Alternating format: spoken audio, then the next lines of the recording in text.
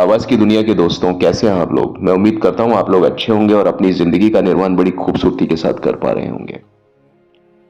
आज बात करते हैं हम लोग राजेश खन्ना साहब की और राजेश खन्ना साहब से जुड़े हुए एक किस्से की। जैसा कि ज्ञातव्य है कि राजेश खन्ना जो फिल्म इंडस्ट्री में आए तो उनके लिए जो संघर्ष था वो एक अलग किस्म का संघर्ष था। उनके पास पैसे टके की कोई कमी नहीं थी, हैसियत भी उनकी बहुत अच्छी थी। वो पहले एकमात्र ऐसे एक अभिनेता थे जो काम मांगने जाते थे, वो भी कार में। अलग अलग तरह की कार्स हुआ करती थी उनके पास में।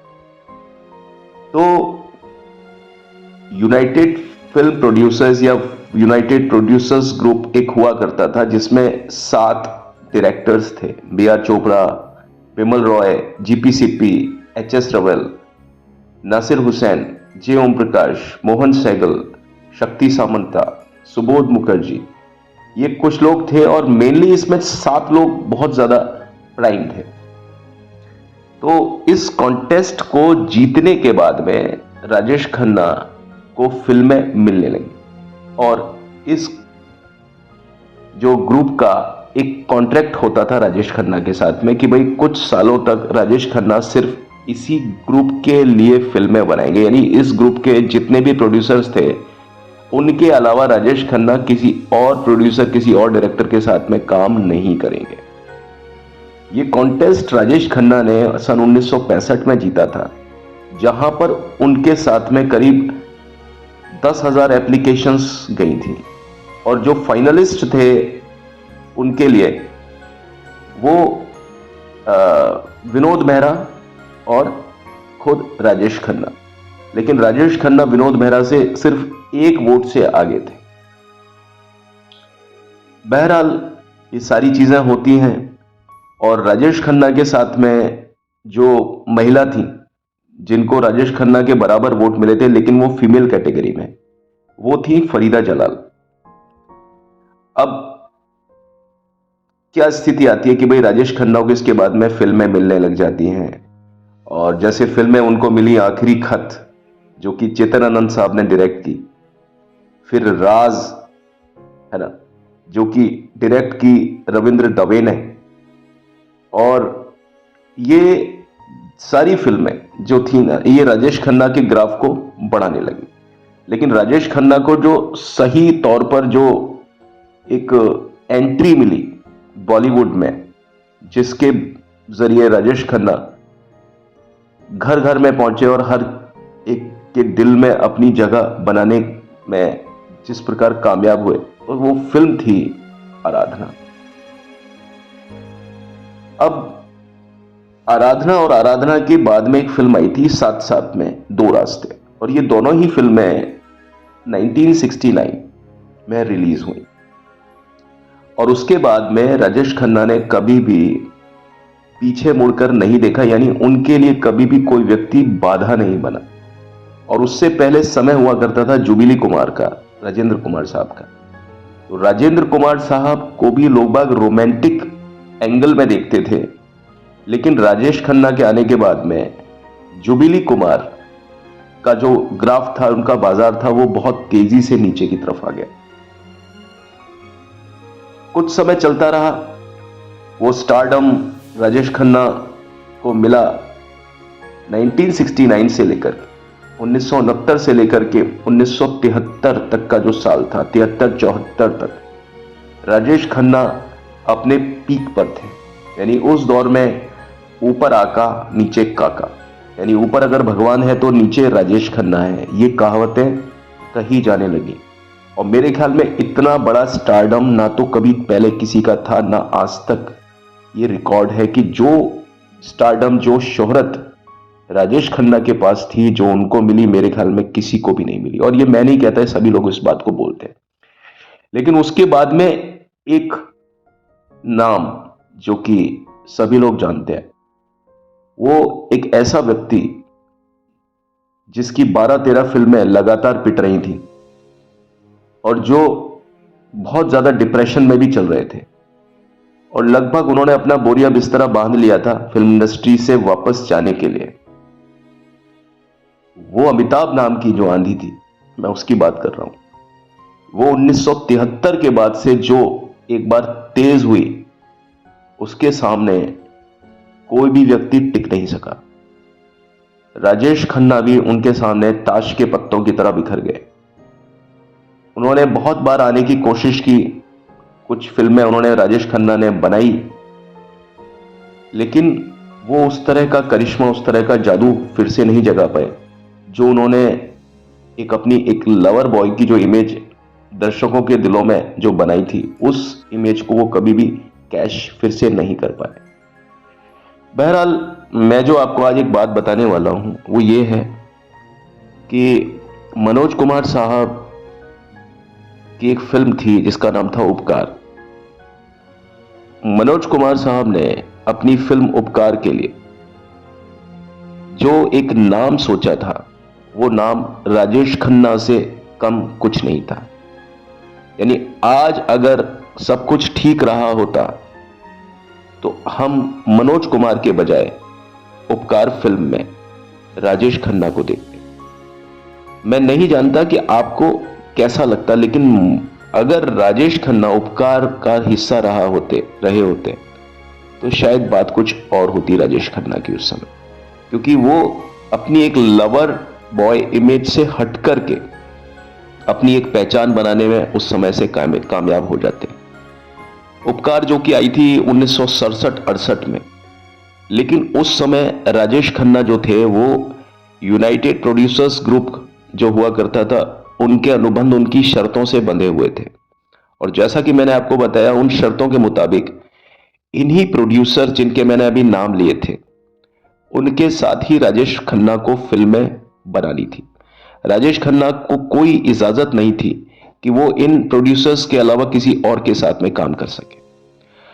चूंकि मनोज कुमार साहब यूनाइटेड प्रोड्यूसर्स ग्रुप का हिस्सा नहीं थे, तो उनके साथ में राजेश खन्ना का आना मुनासिब नहीं होता। लेकिन राजेश खन्ना बहुत ज्यादा इच्छुक थे कि वो फिल्म उपकार में काम करें, जिसके लिए मनोज कुमार ने पहले ही राजेश खन्ना को अप्रोच किया था कि मैं तुमको ध्यान में रखकर एक फिल्म बना रहा हूं, उपकार।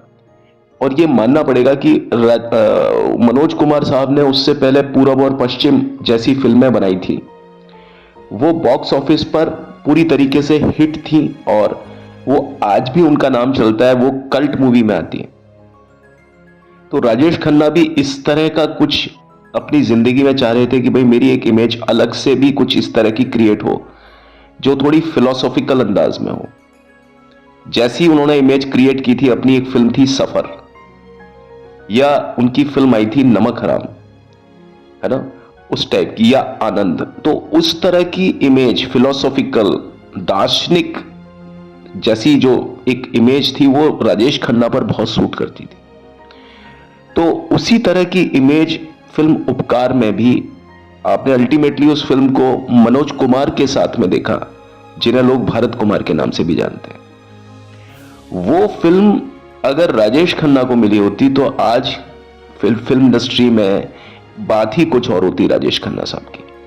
और राजेश खन्ना साहब का करियर उस तरह से नहीं गिरता जिस तरह से अमिताभ बच्चन के आने के बाद में राजेश खन्ना ने उसके बाद पानी नहीं मांगा, वो गिरते चले गए। उसके बाद में उनकी कुछ फिल्में उठी, जैसे अगर तुम ना होते, जैसे सौतन, अवतार, अमृत, स्वर्ग। लेकिन इन फिल्मों तक आते आते राजेश खन्ना प्रौढ़ अवस्था में जा चुके थे और उन्हें कोई एक्सेप्ट नहीं कर पा रहा था एज बीइंग अ हीरो। जो कि राजेश खन्ना की जो पहली जो इमेज हुआ करती थी, सबसे पहली, जिसमें वो रोमांटिक नजर आते थे लवर बॉय की तरह, वो करिश्मा राजेश खन्ना फिर से भुला नहीं सके। हां, वो एक्टिंग, वो अदायगी राजेश खन्ना में थी, लेकिन उम्र से कोई इंसान लड़ नहीं सकता। और जो उनकी बॉडी में जो फिजिकल चेंजेस होते हैं वो भी इंसान के अंदर होते हैं, तो वो चीजों से भी राजेश खन्ना रूबरू थे। तो ऐसे समय में अगर उपकार फिल्म उनको मिली होती तो राजेश खन्ना को बिल्कुल भी दिक्कत नहीं आती। चाहे अमिताभ बच्चन की कितनी भी फिल्में आती होती, लेकिन क्योंकि राजेश खन्ना की एक इमेज उपकार में जैसी मनोज कुमार ने अपनी एक इमेज बनाई थी ना, उस तरह की इमेज की वजह से राजेश खन्ना पूरी तरीके से एकदम फर्श पर नहीं आते, जो कि लोगों को लगता है कि ऐसा हुआ उनके साथ। मैंने उनकी आखिरी फिल्म भी देखी है और सारी फिल्में देखी हैं। एक्टिंग के मामले में राजेश खन्ना का जवाब नहीं था। जिस तरह की एक्टिंग राजेश खन्ना ने की, वो एक्टिंग एक अलग किस्म की एक्टिंग हुआ करती थी। उस एक्टिंग में हम उनका मुकाबला अमिताभ बच्चन से नहीं कर सकते। अमिताभ बच्चन अपने एक अलग टाइप की एक्टिंग होती थी, राजेश खन्ना साहब की एक्टिंग एक अलग तरह की एक्टिंग होती थी। हम राजेश खन्ना की एक्टिंग को अलग तरह की एक्टिंग बोल सकते हैं, लेकिन वो गलत नहीं है कि भाई ये नहीं कह सकते, अपना अपना फील्ड है। एंग्री यंग मैन में अमिताभ बच्चन ही सूट करते, लेकिन जहां तक बात दार्शनिकता की है, जहां तक बात पोइटिक है, काव्यात्मक अगर एक कोई चित्रण किया जा सकता है किसी चीज का, तो वो राजेश खन्ना के ऊपर ज्यादा फबता है। शेरो शायरी, अगर मान लीजिए एक तरफ राजेश खन्ना हारमोनियम के साथ बैठे हुए हैं, तो वो सूट करेगा राजेश खन्ना को, बहुत ज्यादा सूट करेगा। तो वो एक अदायगी राजेश खन्ना के पास होती।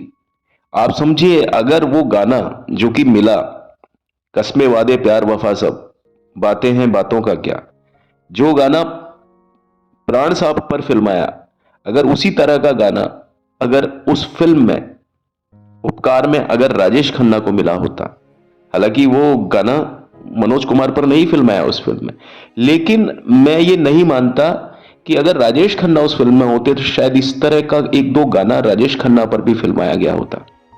जैसा जिंदगी कैसी है पहेली है, कभी हंसाए कभी रुलाए फिल्म आनंद में, कहीं दूर जब दिल ढल जाए, सांझ की दुल्हन, वो जो गाने हैं ना भाई, उस तरह का जो एक फील आता राजेश खन्ना साहब के साथ। लेकिन वो सारी चीजें हो ना सकी क्योंकि वो अनुबंध में बंधे हुए थे राजेश खन्ना।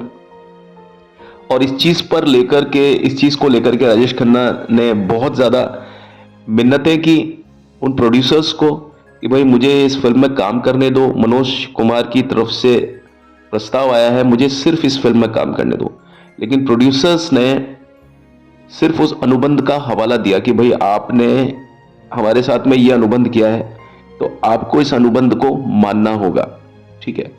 तो यह अनुबंध कुछ सालों का था, उसके बाद में राजेश खन्ना उन सभी शर्तों से मुक्त हो जाते, लेकिन उस समय वो क्लॉज में थे। अब मनोज कुमार की फिल्म उनके हाथ से जा रही थी और राजेश खन्ना को इस बात पर बहुत ज्यादा गुस्सा आ रहा था। एक दिन राजेश खन्ना मनोज कुमार साहब के घर गए और बताया जाता है कि वो बहुत ज्यादा रोने लगे और प्रोड्यूसर्स को कोसने लगे कि भाई ये लोग मुझे छोड़ नहीं रहे हैं तुम्हारी फिल्म में काम करने के लिए, और मैं बहुत ज्यादा इंटरेस्टेड हूं, मैं बहुत ज्यादा इच्छुक हूं कि मैं तुम्हारी इस फिल्म में काम करूं। अब मनोज कुमार साहब क्या कह सकते थे? उन्होंने कहा कि चलो कोई बात नहीं, ये कोई आखिरी फिल्म नहीं है उपकार जिसको मैं बना रहा हूं, इसके बाद में मैं जो कोई फिल्म बनाऊंगा तब तक तुम अपने अनुबंधों से शायद बाहर निकल आओगे, उन फिल्मों में मैं आपको जरूर लूंगा। हालांकि उपकार फिल्म का जो कैरेक्टर है, जो प्रोटेगोनिस्ट है, जो सेंट्रल कैरेक्टर है, वो मैंने तुमको यानी राजेश खन्ना को देख करके ही बनाया था, लेकिन चूंकि तुम अब नहीं हो इस फिल्म में, तो इस फिल्म के लिए मैं खुद ही अभिनय करूंगा। तो उन्होंने कहा कि देखो, मैं तुम्हें निकाल नहीं रहा हूं इस फिल्म से, ऐसा नहीं है कि मैं तुम्हारी जगह किसी और को रख रहा हूं, लेकिन क्योंकि मेरे लिए भी फिल्म बनाना जरूरी है, तो तुम्हारी जगह इस फिल्म में मैं ही काम करता हूं, ठीक है। आगे हम लोग जब किसी प्रोजेक्ट पर काम करेंगे तो आपको जरूर उस चीज को बताएंगे। इस तरह का उन्होंने, मनोज कुमार साहब ने राजेश खन्ना को आश्वासन दिया, लेकिन राजेश खन्ना को ताउम्र इस बात का मलाल रहा कि उन्हें उपकार फिल्म में काम नहीं करने दिया।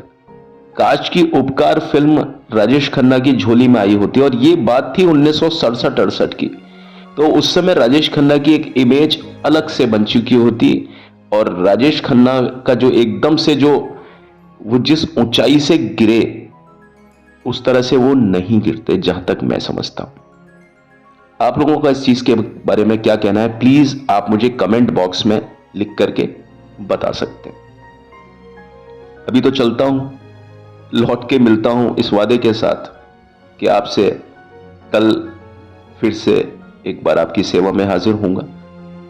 लेकिन तब तक के लिए मुझे आज्ञा तो आप देंगे ही देंगे, लेकिन प्लीज़ मेरे चैनल को लाइक, शेयर, सब्सक्राइब, कमेंट ज़रूर कीजिएगा, बेल आइकन को ज़रूर दबाइएगा। Thank you and have a nice time.